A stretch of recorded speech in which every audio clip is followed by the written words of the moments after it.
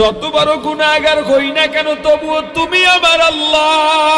আমাকে যদি জাহান্নামে ফলাইয়া দাও তবুও তুমি আমার আল্লাহ, তুমি আমার মাবুদ, আমি তোমার আবেদ। ও আল্লাহ, আমাকে মাফ না করলে যদি তোমার ভালো লাগে আমার মাফ পাওয়ার দরকার।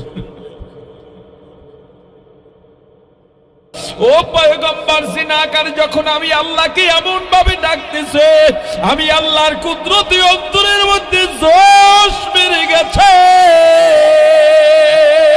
আমি আল্লাহর রহমতের দরিয়ায় তুফান শুরু হয়ে গেছে। আমি আল্লাহ রহমতের দরজাটা খুলে দিছি। আমার বান্দাকে আমি আল্লাহর কুদরতি কোলে তুলে, মা যেমন সন্তানের ধুলাবালুগুলো পরিষ্কার করে দেয়, আমি আল্লাহ বান্দার তওবার কারণে ওর গুনাহ নামক ধুলাগুলো পরিষ্কার করে দিছি। শুধু তাই না, ওর যত গুনাহ আছে সব গুনাহ আমি নেক দিয়া পরিবর্তন করে দিছি। ওরে পয়গম্বর, যেই জিনাকারের কারণে আমি আল্লাহ বৃষ্টি দিই নাই, আবার ওই জিনাকারের চোখের পানির কারণে বৃষ্টি দিয়া দিছি। পয়গম্বর মুসা আলাইহিস সালাতু ওয়াস সালামের জামানায় মিশরে বৃষ্টি নাই। পানির অভাবে মানুষগুলো, শিশু, বৃদ্ধ, নারী অভাব, বেকার অবস্থা। পয়গম্বর মুসা আলাইহিস সালাম মুসলমান উম্মতদের নিয়ে একটা দোয়ার আয়োজন করলেন। আল্লাহর দরবারে দোয়া করবেন যাতে একটু বৃষ্টি হয়। পয়গম্বর আয়োজন করছেন, মুসলমানেরা সব জমা হয়ে গেছে।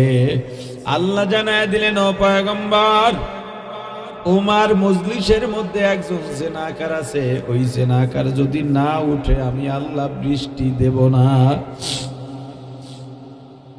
পয়গম্বর মুসা এলান করে দিলেন, কে আছো জিনাকার, উঠে যাও, উঠে যাও। তুমি যদি না উঠো আল্লাহ বৃষ্টি দেবেন না। যদি তুমি না উঠো তোমাকে চিহ্নিত করে দেওয়া হবে, তোমার জন্য বৃষ্টি হবে না। এটা হতে পারে না, একার জন্য সবাই ক্ষতিগ্রস্ত হতে পারবো না।